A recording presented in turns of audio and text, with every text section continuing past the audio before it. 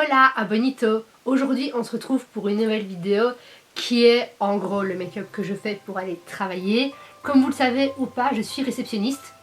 Je ne fais pas que des vidéos sur YouTube parce que ça me paye pas. Et donc je vais faire le make-up que je fais généralement pour aller travailler. C'est un make-up quand même un peu travaillé. Et quand même simple à réaliser, mais c'est pas un bête make-up où je vais juste appliquer à fard et puis basta, c'est bon, je vais bosser. J'aime quand même bien avoir un make-up un peu sophistiqué pour aller travailler. C'est ce qu'on va faire aujourd'hui, tout est prêt, les pinceaux, le matériel, vous voyez pas, c'est le bordel ici devant moi, heureusement. Donc on s'équipe, parce qu'il faut bien remontrer cette fichue frange. Ta fichue, je l'aime bien. Alors, ma peau, j'allais dire ma crème est déjà hydratée. Oui, forcément, c'est une crème hydratante. Ma peau est déjà hydratée. Je vais faire la vidéo du teint ici, ça va être en accéléré, mais je vais quand même vous présenter les produits. Parce qu'il y a une vidéo sur mon teint qui arrive, je ne sais pas si elle sera là avant, après, c'est cafouillage. Je ne sais pas quand elle arrive, donc on va faire ça vite fait. Donc je vais commencer par le primer, c'est le Superstay Primer de Maybelline.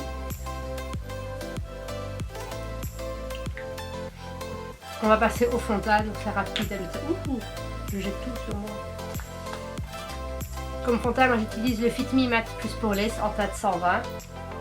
Je vous ferai une vidéo aussi sur comment bien choisir son fond de teint. Parce qu'on me demande parfois sur les réseaux comment choisir mon fond de teint, comment choisir son fond de teint. Je vous ferai une vidéo pour vous expliquer tout ça.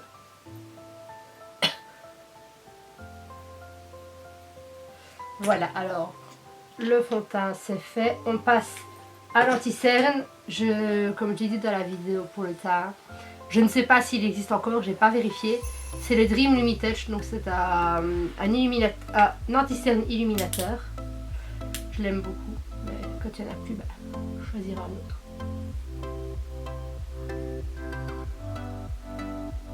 J'en mets aussi sur la paupière mobile et immobile, parce que ça va me servir de base pour le fard à paupières.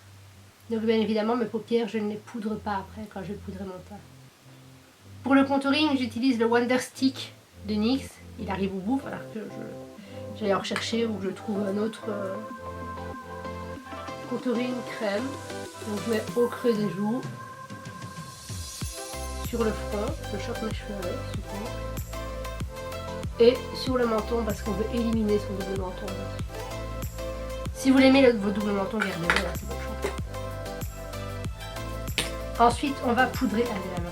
Le tout avec la Lasting Fix de Maybelline.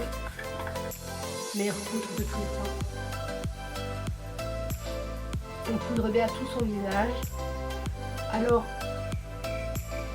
au-dessous des yeux, cherchez le mot. Je vais tapoter. Une sorte de baking. Laisser poser un petit peu et puis je viendrai enlever. La poudre translucide, on n'en met pas trop parce que si vous en mettez trop, quand vous allez utiliser le flash pour faire des photos, vous allez être blanche ou avoir des taches. Donc c'est le petit conseil poudre du jour.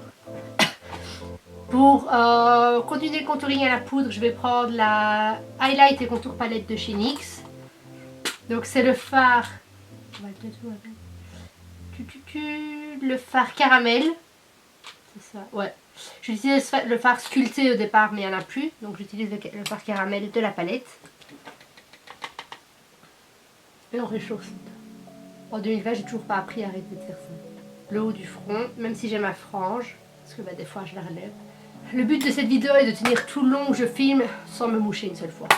Ensuite, on va passer aux sourcils. Rapidos, ce sera fait hors caméra. Donc les sourcils, c'est fait. Ça me perturbe parce qu'en fait, je fais ça et sur la caméra, je pars dans l'autre sens. Enfin bref, j'ai pas le retour miroir.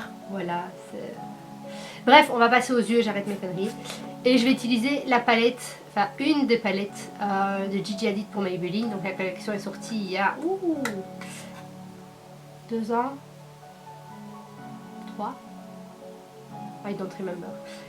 Bref, je vais prendre le petit fard pêche qu'il y a ici, prendre mon petit pinceau stompeur et l'appliquer au-dessus du creux de paupière.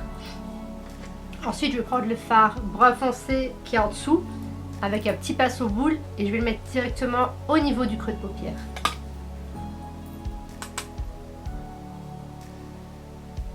Comme vous observez, soit vous laissez comme ça vraiment en une couche quelque chose de léger. Moi je vais prendre un pinceau boule plus précis, plus fin et je vais en remettre un petit peu pour intensifier.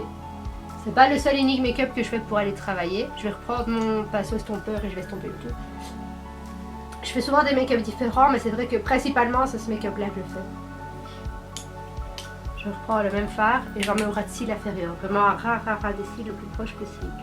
Je vais prendre le fard ici qui est à doré très très clair, un peu champagne, et je vais l'appliquer sur toute la paupière mobile. Vous avez vraiment de la lumière. Je reprends un peu mon fard bras et le pinceau boule pour venir refoncer un petit peu mon creux de paupière. On passe au trait de liner, je ferai l'autre œil hors caméra. J'accompagne souvent mon make-up d'un trait de liner. Pendant un moment j'en ai plus fait, et puis voilà, je vis très très mal sans mon trait de liner, il faut le savoir. Donc voilà, le travail est fait, on va passer au mascara. C'est encore un mascara de Gigi Hadid pour Maybelline. J'ai cherché, par contre je n'ai pas trouvé la référence actuelle de Maybelline, parce que l'autre mascara je disais que c'était le colossal, celui-là je ne sais pas du tout.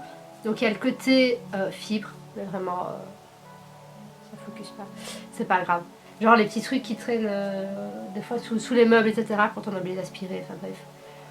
Donc on va juste utiliser le mascara.